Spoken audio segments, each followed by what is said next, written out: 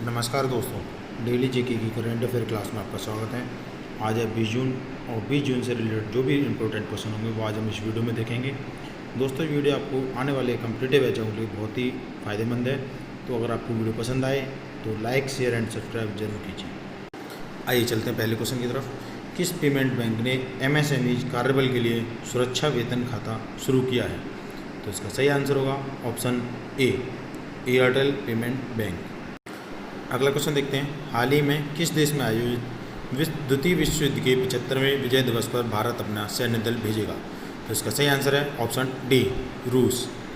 द्वितीय विश्व युद्ध में रूस की विजय की 75वीं वर्षगांठ के अवसर पर मॉस्को में 24 जून को आयोजित होने वाले विक्ट्री डे परेड में भाग लेने के लिए भारत अपना दस्ता भेजेगा, जिसमें सशस्त्र सेनाओं के तीनों अंगों के 75 सैन्यकर्मी शामिल होंगे। अगला क्वेश्चन।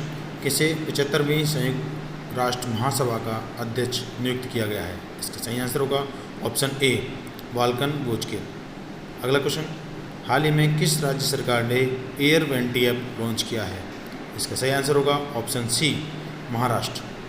तो हाल ही में महाराष्ट्र सरकार द्वारा launch air vanity mobile app की सहायता से सरकारी और प्राइवेट अस्पतालों में ICU बेड्स और वेंटिलेटर की उपलब्धता की जानकारी की जा सकेगी। अगला क्वेश्चन। हाल ही में किस राज्य के राज्यपाल ने डाक विभाग की प्रतियोगिता में प्रथम स्थान प्राप्त किया है? सही आंसर होगा ऑप्शन डी, महाराष्ट्र। डाक विभाग द्वारा आयोजित पत्र लेखन प्रतियोगिता ढाई आकर में महाराष्ट्र के राज्यपाल भगत सिंह कोश्यारी को प्रथम स्थान प्राप्त हुआ है। आइए अगला क्वेश्चन। अमेरिका के राष्ट्रपति ने जिस देश में 9,500 अमेरिकी सैनिकों को ठिकानों से वापस लेने की योजना की पुष्टि की है? तो इसका सही आंसर होगा ऑप्शन बी, जर्मनी। अमेरिका के राष्ट्रपति ने जर्मनी में 9,500 अमेरिकी सैनिकों को ठिकानों से वापस लेने की योजना की पुष्टि की। अमेरिकी मीडिया ने पिछले हफ्ते रिपोर्ट दी थी कि ट्रंप जर्मनी से 9,500 सैनिकों को हटाना चाहते हैं और जर्मनी में तैनात सैनिकों की उच्चतम संख्या 25,000 तय करना चाहते हैं।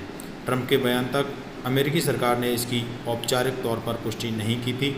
हालांकि जर्मनी सरकार ने पिछले हफ्ते कहा था कि अमेरिकी सरकार ने उसे अपनी योजनाओं की सूचना दी है। अगला क्वेश्चन। एशियाई विकास बैंक ADB ने हाल ही में चालू वित्त वर्ष में भारत की अर्थव्यवस्था कितने प्रतिशत संकुचित होने का अनुमान लगाया है? तो इसका सही आंसर होगा ऑप्शन डी, 4%। ADB एक क्षेत्रीय विकास बैंक है जिसका उद्देश्य एशिया में सामाजिक और आर्थिक विकास को बढ़ावा देना है। इसकी स्थापना दिसंबर 1966 में की गई थी। इसका मुख्यालय मनीला, फिलीपींस में है। इसके कुल 68 सदस्य हैं। अगला क्वेश्चन। हाल ही में यौन हिंसा उन्मूलन दिवस कब मनाया गया है? तो इसका सही आंसर होगा ऑप्शन बी, 19 जून। इसका उद्देश्य हिंसाग्रस्त क्षेत्रों में हो रही यौन हिंसा के खिलाफ लोगों का ध्यान आकर्षित करना है। इसका अन्य उद्देश्य यौन हिंसा से पीड़ित लोगों का श्रद्धांजलि देना तथा हिंसा की स्थिति में उनके साथ खड़े होना है। अगला क्वेश्चन। हाल ही में किस राज्य सरकार ने नीट परीक्षा पास करने वाले सरकारी संस्थानों को छात्रों को 10% आरक्षण देने की घोषणा की है? सही आंसर होगा ऑप्शन बी, तमिलनाडु। इसके बारे में जानते हैं। तमिलनाडु मंत्रिमंडल ने सरकारी स्कूल के छात्रों के लिए 10% आरक्षण को मंजूरी दे दी है जिन्होंने नीट की परीक्षा पास की है। यह फैसला मद्रास हाई कोर्ट के पूर्व न्यायाधीश P. कलैया-रासन वाले एक सदस्यीय आयोग की रिपोर्ट के आधार पर लिया गया है। क्षेत्रीय आरक्षण उन सभी वर्गों के छात्रों पर लागू होगा जिन्होंने उन सरकारी स्कूलों में पढ़ाई की है जो नगरपालिका और नगर निगमों आदि द्रविड़ और जनजाति कल्याण, कल्लार पुनर्वित्त स्कूलों और वन विभाग के स्कूलों में आते हैं। अगला क्वेश्चन।